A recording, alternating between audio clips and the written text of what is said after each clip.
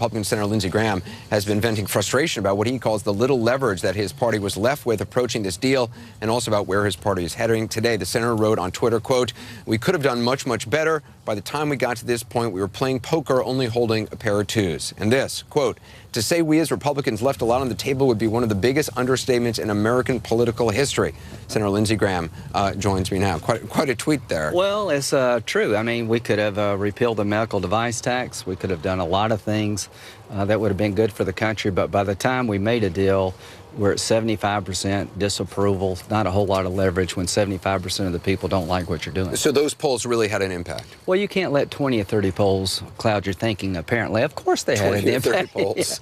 Yeah, of course they had an impact. And to the people on my side who think this turned out to be a good idea, I just think that's not reality. John Boehner said we fought the good fight. Was this a good fight? I love John Boehner, and the thing I like about John is he was trying to bring sanity at the end. It really hurt me to see him not be able to get something out of the House that would have been a lot better than this. But 60% of the American people want to fire every incumbent. My party's at 24%. The president's not doing very well.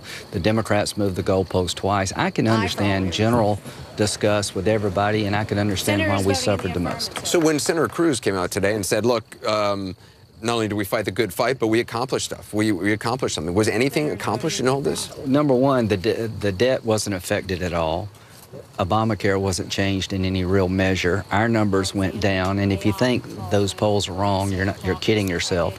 The president was AWOL, I thought, during the time of national crisis. Harry Reid kept moving the goalposts when we tried to get a deal. So everybody lost. So I just don't see.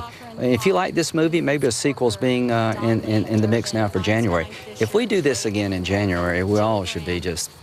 Well, I mean, is the can just being kicked down the road here? Totally. Name one thing in this deal that changed the underlying faults in Obamacare that we, in a bipartisan fashion, agree with. Name one thing in this deal that changed the course of this country becoming Greece over time. But this is the best Mitch could do because we overplayed our hand so badly. By the end, we had just a pair of twos.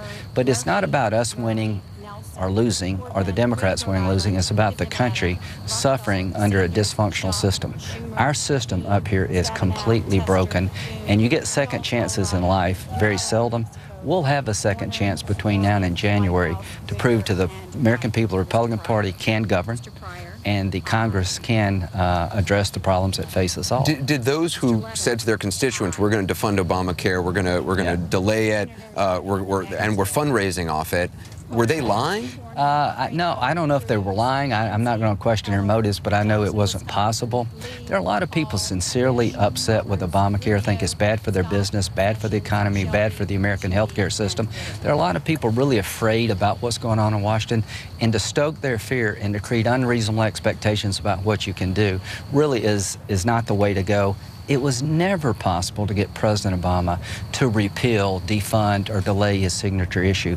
We have a small majority in the House, we have a minority in the Senate, and Obamacare, the guy who's the bill's named after, is still in the White House. I never understood how this could end well for us. So what happens now? I mean, the deadlines are pushed back, the government reopens, there's supposed to be now negotiations. Do you think without this threat of catastrophe, there will be real negotiations? Well, I think there's a wake-up call. This has been a wake-up call for us, I hope. I think it has been. I see some people in my party talking in a more practical form regarding conservatism.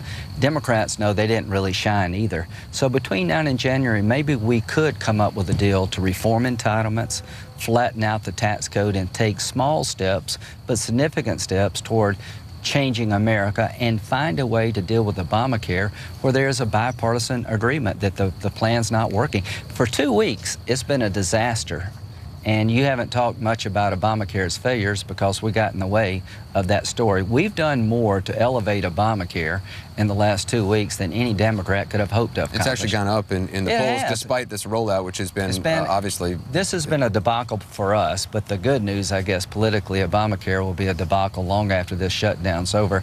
By next summer, if there are not changes in this law, Democrats are going to come to us and say, help us change it, if we'll just get out of the way. Lindsey Graham, I appreciate it.